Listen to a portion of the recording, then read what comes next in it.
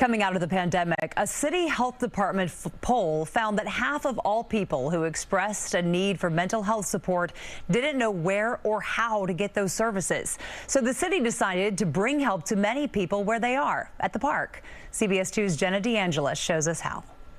How y'all doing? A simple question, and the answer really matters to community health workers Jared Grant and Jonathan Tamal. I want to actually know how are you doing, and what can I really do to make a difference. Together, approaching people in Prospect Park for mental health check-ins. We're basically in the park asking anyone if they'll be open to having a conversation or doing a survey about post-pandemic. Also connecting those in need to resources. Food pantries, clothing. The pair is with Neighborhood Housing Services of Brooklyn. The nonprofit teamed up with the New York City Department of Health and Prospect Park Alliance to launch this pilot program in March called Open Air Care Connections. The park already is a destination for health and wellness, and this is just building upon that. Prospect Park Alliance President Morgan Monaco says it's aimed at removing the stigma around mental health care through community outreach. It's really an opportunity to have a conversation about all of the vital supports, the building blocks that contribute to health. So food security, housing security, employment. She says from March to May, community health workers engaged about 260 park goers. Since many received several referrals, a total of 958 referrals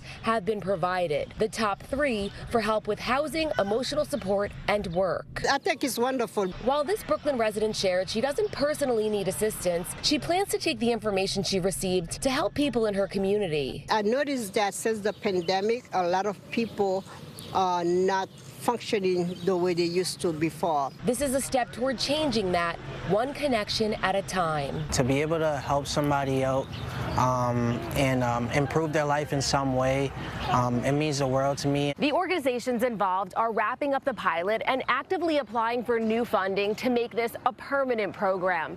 In Prospect Park, Jenna DeAngelis, CBS 2 News. In April, the group also launched Awe Walks, which are guided walks led by a community health worker through the park, aiming to increase social connections and reduce distress.